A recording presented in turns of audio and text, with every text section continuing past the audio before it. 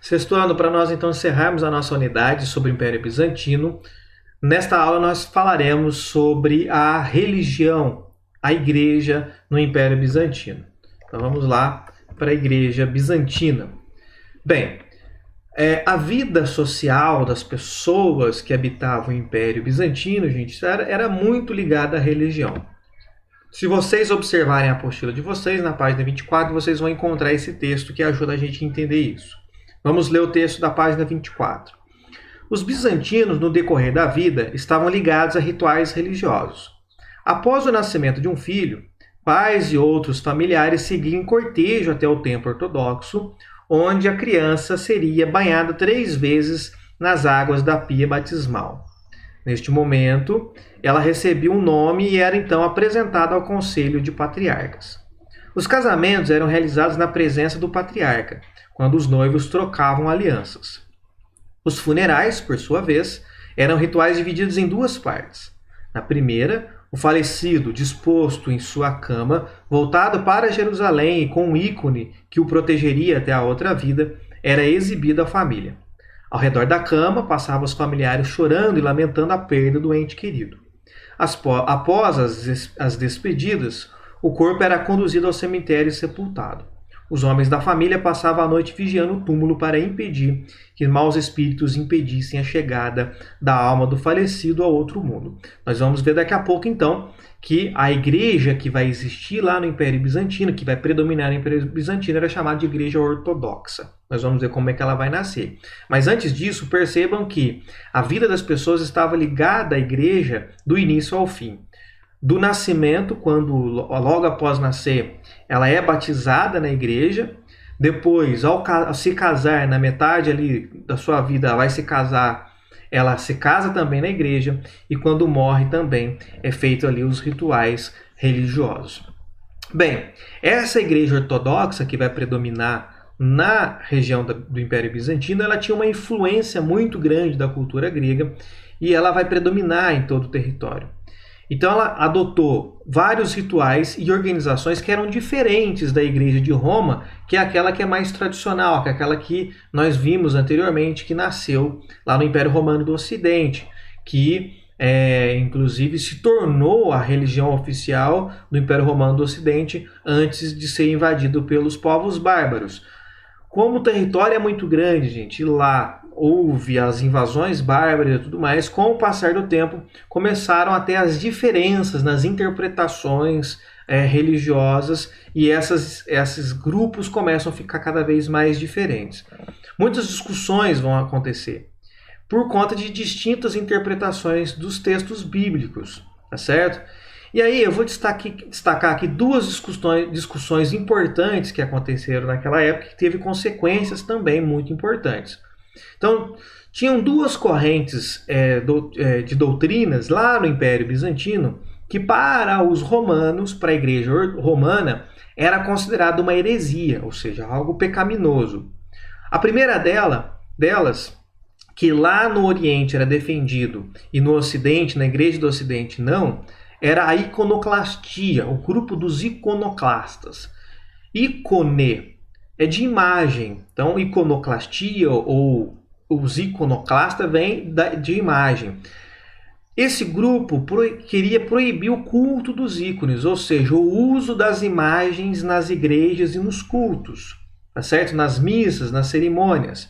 Então, fazer as estátuas, as esculturas, as pinturas das artes religiosas, dos santos, de Cristo e assim por diante, eles eram contra. Eles diziam que qualquer coisa produzido pelo ser humano não poderia representar a santidade e também não poderia ser objeto de adoração, porque o homem é pecaminoso e, portanto, nada disso poderia ser fruto de adoração, já que foi feito pelo ser humano. E eles também consideravam o culto às imagens idolatria, que é condenada pela Bíblia. Então esse é o posicionamento dos iconoclastas.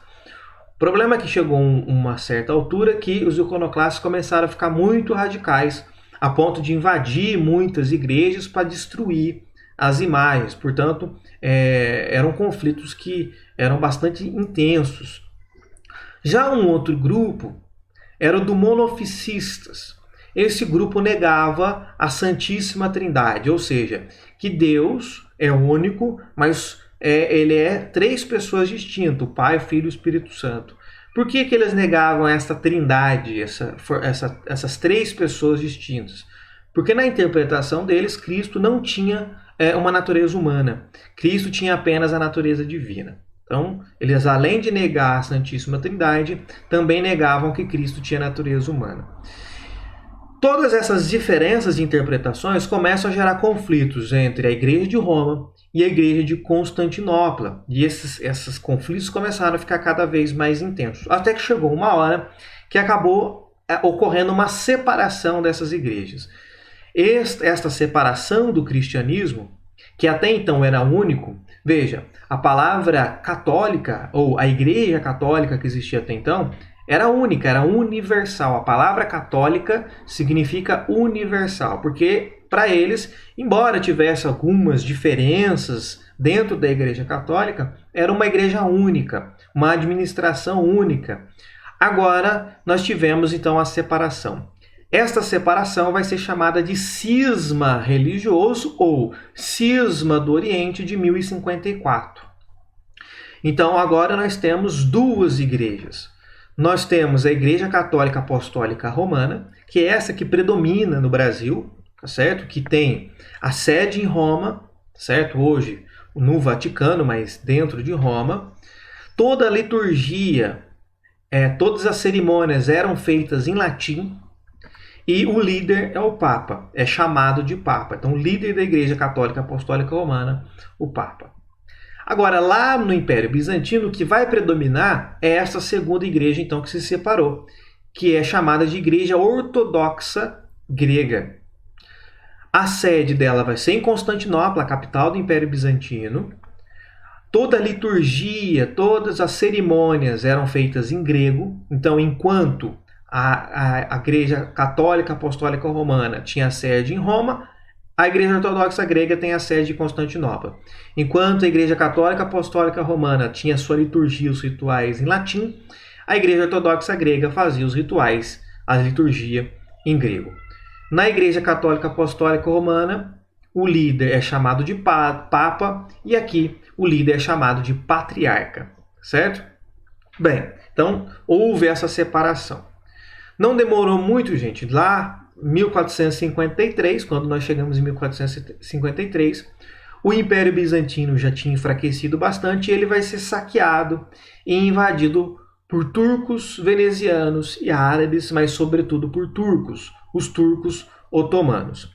A cidade de Constantinopla, que sempre foi famosa pelas suas poderosas muralhas e que por praticamente 1000 anos se tentou invadir, derrubar aquelas muralhas e ninguém conseguia, as muralhas finalmente foram derrubados pelo sultão Mohammed em 1453 e ele consegue tomar a cidade. Por que ele consegue tomar a cidade e todos os anteriores não conseguiram? Porque agora, em 1453, ele tinha algo que os outros não tinham, que era o canhão, arma de fogo. E aí, com o uso dos canhões, ele finalmente consegue derrubar as muralhas de Constantinopla, invadir a cidade de Constantinopla e, consequentemente, dominar todo o Império Bizantino. Gravem muito bem esta informação, gente, porque mais adiante nós teremos matérias, nós estudaremos alguns assuntos, sobretudo lá no 7º ano, que é consequência dessa invasão de Constantinopla, tá certo? A invasão de Constantinopla ela é tão importante que ela vai marcar o fim de um período. Ela vai marcar o fim de uma época em 1453, colocando fim, então, à Idade Média e iniciando a Idade Moderna. Claro, tem muita coisa para nós estudarmos até lá, tem muita coisa da Idade Média para nós estudarmos ainda, agora que nós estamos começando nossos estudos de Idade Média.